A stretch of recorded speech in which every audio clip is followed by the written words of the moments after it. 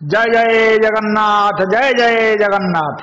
आदौ देवक देवी गर्भ जननम गोपी गृहे वर्धनम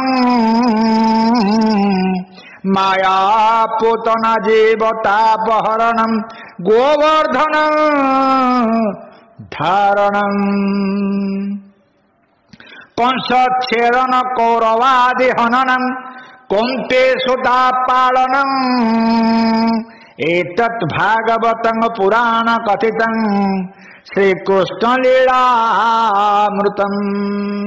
ओं क्लीं कृष्णाय गोविंदाय गोपीजन वल्लभाय नमः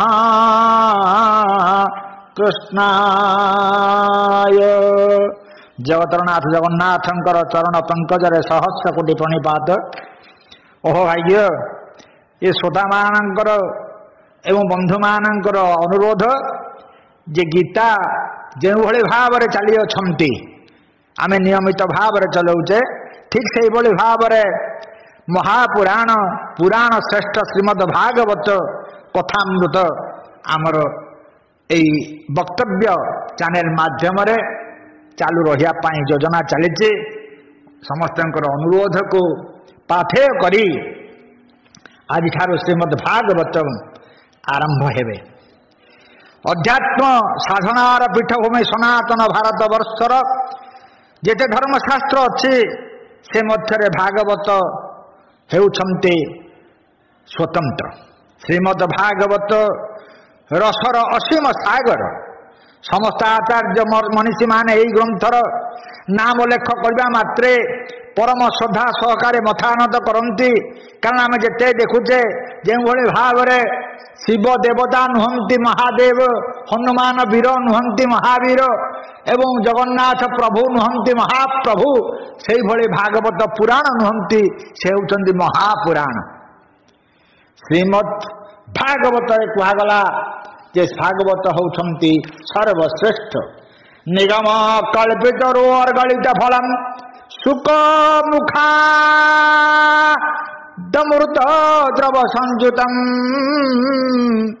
पिबत भागवतं रसमालयं मुहुरहो रसिका भुवि भावुकाः। वेद रूपक कल्प वृक्षर फल सुखदेवक मुखरे चर्चित होई रस आकार रे श्रोता और पाठक मान को आसीथिबारु या संपूर्ण रसमय। तेणु एमिति केवल जे जन को सुखदेव शुणाई नहीं तांकर लीला कथा शुणा आग्रही भक्त मानक पाई यह उपयुक्त भाव में रखा जाय। श्रीकृष्ण भगवान मर्त्यलीलार अवसान रे कलिर आगमन घटे। भगवान समाज धर्म और ज्ञान चर्चा धीरे धीरे अस्तमित हो जाए। शौनक इत्यादि ऋषिवृंद विश्वर कल्याण साधना जितेबले निमग्न होती से भावी पथहरा केउठाकू गले कलिर प्रभाव जगत मुक्त रही पारे ताहा से बुझी पारु नथिले। पथ निर्देश आशारे शेष सृष्टिकर्ता ब्रह्मा को आराधना कले। ब्रह्मा से दर्शन दे कहले तुम्हें माने नैमिषारण्य को जाई भगवान को आराधना कर ताहले कलिर प्रभाव तुम्हें माने मुक्त हो। नैमिषारण्य को अनिमेष क्षेत्र कहा जाए कारण ये क्षेत्र में भगवान करुणा दृष्टि सबु बेले रही थाए कहीं एठी वंचित हुंती नहीं।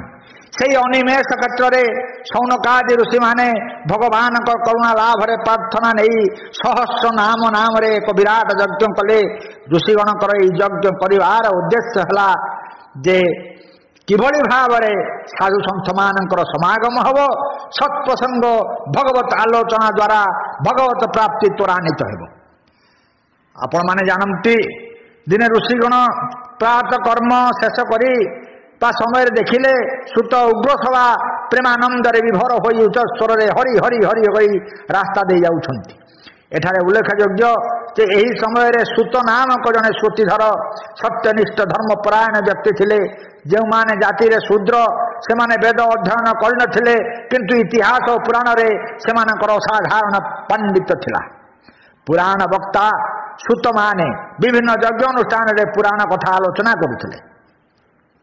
तत्कालीन समाज रे ज्ञानर आदर थिला सम्मान थिला सेही कारण लक्ष्य करा जाए जे मुनि ऋषि मानकर यज्ञ सभारे सूत माने उपस्थित हंती।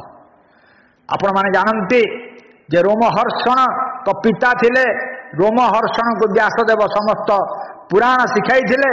से कृष्ण प्रेमानंद रे सर्वदा रोमांचित होउथिले। सेथिपाई लोके तांको रोमहर्षण कहउथिले। उग्र सभा परीक्षितଙ୍କ सभारे सुखदेवଙ୍କ मुखरे भागवतन कथा शुणिथिले। ऋषिगण सुत उग्र सभा को 6टी प्रश्न पचारि थिले जहाँ सर्वकाल रे प्रत्येक मनुष्य पाई मंगलपद प्रश्न गुड़िक आपण मानक पाखरे उपस्थापन करागला। 1 नंबर प्रश्न होउची जीवर ऐकांतिक मंगल किपरि हुए। नंबर 2 सर्वशास्त्र सारमर्म कौन। नंबर 3 प्रश्न श्रीकृष्ण देवकी गर्भरे कहीं जन्म होते। नंबर 4 से की लीला करिसंती। 5 से केउ केउ अवतार रे कौन कौन काम करिसंती। एवं 6ठ प्रश्न हला श्रीकृष्ण अंतर्ध्यान परे धर्म कहार शरणापन्न होता।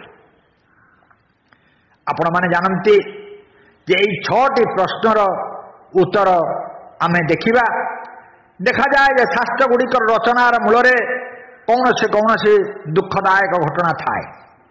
जेमिति आपण जानंती जे क्रौंच मिथुनर गोटे बध हेबार देखि वाल्मीकि मनरे दुख होइतिला। सेही दुखर आतिशय्य अजाणत मुहरु व्याधपति अभिशाप बाणी सुललित छंद आकारे निर्गत होइतिला।